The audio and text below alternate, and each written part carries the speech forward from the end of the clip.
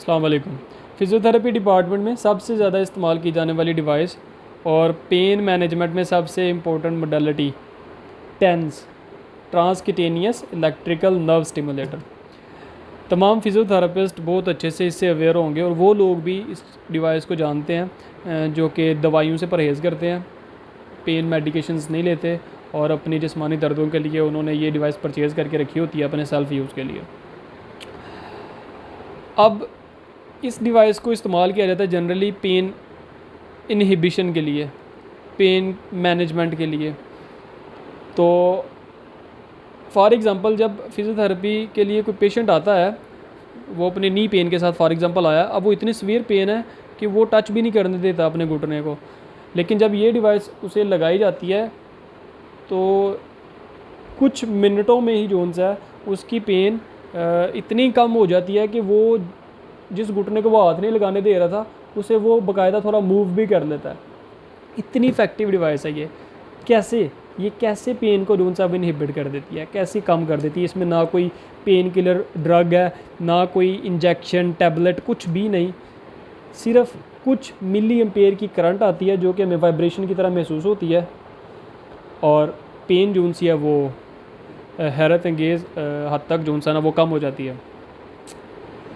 किस रूल पे ये काम करता है ये मैं आपको बताऊंगा, इसका मैकेनिज़्म ऑफ एक्शन, और दूसरा इसे यूज़ कैसे करना है, इसका स्टैंडर्ड वे ऑफ यूज़ क्या है। क्योंकि मोस्टली जो सा ना वो ये देखा जाता है कि इसे तुक्के पे इस्तेमाल किया जा रहा होता है, कोई सेंस नहीं बन रही होती, जस्ट इसे हाफ ब्लाइंडली जो सा ना वो यूज़ किया जाता है।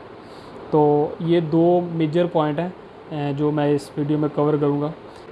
तो सबसे पहले मैं आपको इसकी बेसिक जल्दी से ओवरव्यू बता देता हूँ, क्योंकि वैसे तो सबको पता ही है, लेकिन अगर किसी को नहीं आइडिया तो उन्हें भी पता चल जाएगा, ताकि फिर जो ये मेजर दो टॉपिक्स हैं जब मैं इन्हें बताऊँगा तो आपको अच्छे से जो सा ना उसकी समझ आ जाएगी, स्पेशली जो इंटर्नीज़ हैं और फ्रेश ग्रेजुएट्स हैं।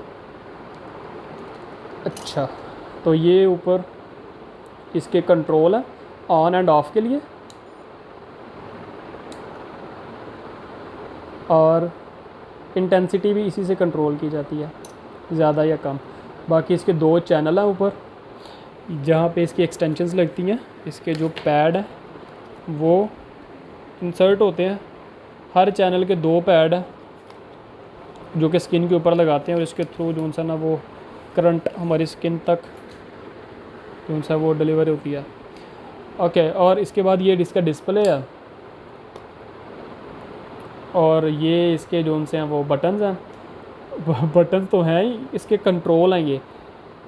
जैसा कि इसमें मैंने बताया कि मोड होते हैं, अगर मैंने नहीं बताया तो मैं बता रहा हूँ कि टेंस में डिफरेंट मोड्स होते हैं।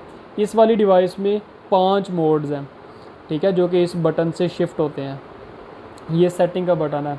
हर मोड के अंदर जो सा वो टाइम है, फ्रीक्वेंसी है और विड्थ है, उसे एडजस्ट करने के लिए ये सेटिंग का बटन यूज़ होता है, और ये उसे इंक्रीज़ या डिक्रीज़ करने के लिए। ओके, ये मैं भी आपको करके भी दिखाता हूँ। और उसके बाद ये पीछे इसके सेल डलता है जो कि 9 वोल्ट का सेल है। अब अंदाज़ा कर लें कि कितनी की भी इसमें से करंट आती होगी, चंद मिली एम्पेयर की करंट है बस। और अब ये नज़र आ जाए तो हाँ, ये 9 वोल्ट का सेल है, ठीक है। इसे वापस जो सा वो डाल देते हैं इसके अंदर। अच्छा, अब ये जो नीचे वाइट स्ट्रिप है ना, ये भी अपनी जगह पे बड़ी इंपॉर्टेंट है, क्योंकि जब ये टूट जाती है ना तब आपको पता चलता है। ये सेल निकलता ही नहीं इस तरह, और इससे जो सा ना वो ईज़िली निकल आता है। ये एक दफ़ा मेरे साथ हाथ हो चुका है। अच्छा, तो अब इसे ऑन करते हैं और बीच में से आपको मैं मोड्स दिखा देता हूँ। अच्छा, ये ना हाइब्रिड डिवाइस है मेरे पास कॉम्फी स्टिम की। इसके अंदर EMS और टेंस दोनों मोड हैं, मतलब कि दोनों ही इसके अंदर जो सा ना वो मोडालिटीज़ का कॉम्बिनेशन है। तो ये जैसे EMS है, या कुछ शो हो रहा है, EMS का इस वक्त मोड ऑन है। उसके अंदर 2 मोड हैं EMS वाली मोडालिटी में, S और A का। ओके, टेंस में मैंने बताया था 5 मोड है। पहला बस्ट है, नॉर्मल, मॉड्यूलेशन जो कि नॉर्मल और बस्ट का कॉम्बिनेशन है, ये SD1 है, स्ट्रेंथ ड्यूरेशन 1 है, और ये स्ट्रेंथ ड्यूरेशन 2 है। ये 5 मोड है। अच्छा, अब ये 5 मोड क्यों है, इसके पीछे क्या रीज़न है, ये कौन सा मोड कब यूज़ करना है, किस कंडीशन में यूज़ करना है, तो इसका मैं आपको बता देता हूँ थोड़ा सा।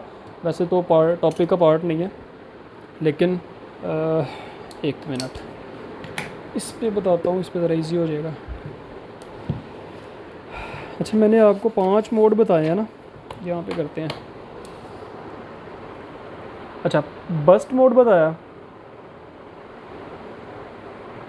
उसके बाद नॉर्मल है, मॉड्यूलेशन है, SD1 है और SD2 है। इस डिवाइस में ये 5 मोड हैं। जो बस्ट मोड है ये ज़रा इंटेंस मोड है, ठीक है, थोड़ा शिद्दत का मोड है।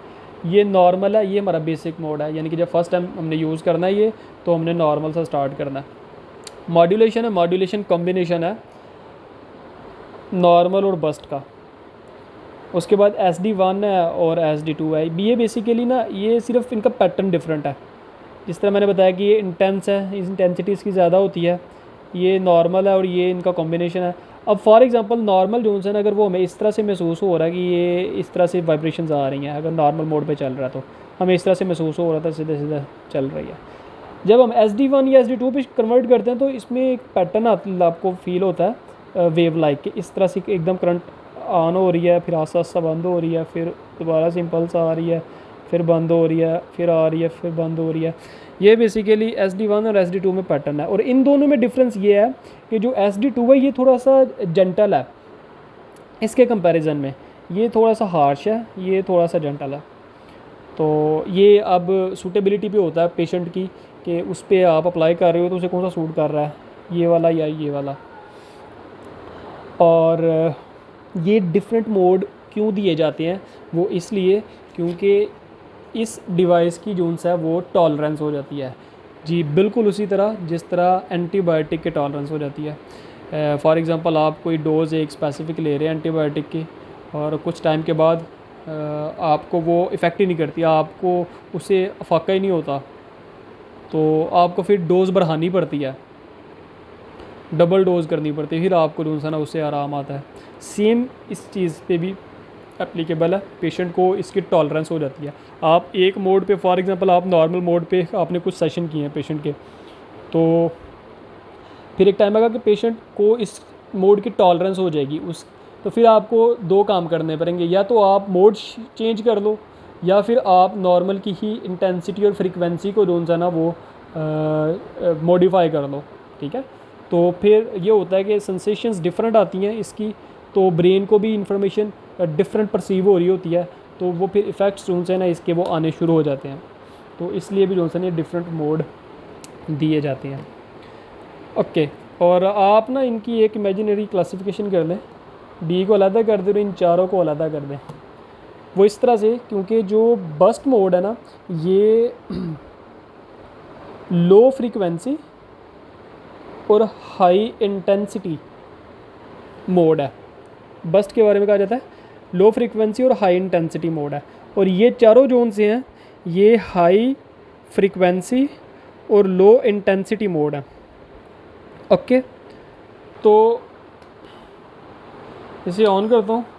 अच्छा, अब दोबारा से आपको दिखाता हूँ यहाँ पे, अगर नज़र आ रहा है अच्छे से तो, हाँ ये बस्ट मोड है। अब इसे मैंने बताया था लो इंटेंसिटी। अब देखो ना इसकी बीच में जो चीज़ें चल रही है ना, ये इसका टाइम है, ठीक है, ये इसकी विड्थ है। विड्थ मतलब कि ये इम्पल्स की ये वो टाइम है, ये बेसिकली ड्यूरेशन होता है, टाइम होता है जो कि माइक्रो सेकंड में दिया जाता है। ये इम्पल्स के स्टार्ट होने से लेके एंड तक जो है ना, अगर आप देखो कि यहाँ से स्टार्ट हो रही है और यहाँ पे एंड हो रही है, ठीक है, स्टार्टिंग और एंडिंग पॉइंट के दरमियान का जो टाइम है ना वो ड्यूरेशन होता है, इसका विड्थ होती है इम्पल्स की। और ये रेट है, ये हर्ट्ज़ में आ रही है, फ्रीक्वेंसी है। फ्रीक्वेंसी मतलब कि 1 सेकंड में इम्पल्स कितने साइकिल कंप्लीट कर रही है। अब अगर ये 5 हर्ट्ज़ पर लगा हुआ है, इसका मतलब है कि जो इम्पल्स आएगी या करंट आएगी वो 1 सेकंड में 5 दफ़ा आएगी, 5 साइकिल कंप्लीट करेगी अपने, ठीक है। तो ये सिर्फ 3 चीज़ें हैं, ये हर मोड में ये 3 चीज़ें आपको मिलेगी, टाइम मिलेगा, फ्रीक्वेंसी मिलेगी और आपको ये विड्थ मिलेगी।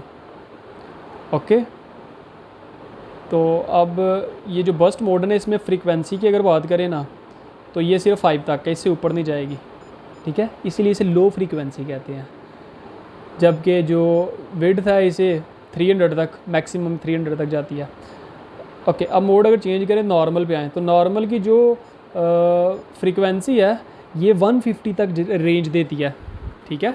और इस तरह बाकी भी जो मोड है मॉड्यूलेशन, ये भी 300 तक, ये भी तकरीबन 150 तक जो सा ना वो फ्रीक्वेंसी की रेंज देता है, सेम SD1 के लिए और SD2 के लिए। ओके, चलें, तो ये ओवरऑल इसका बेसिक रिव्यू था।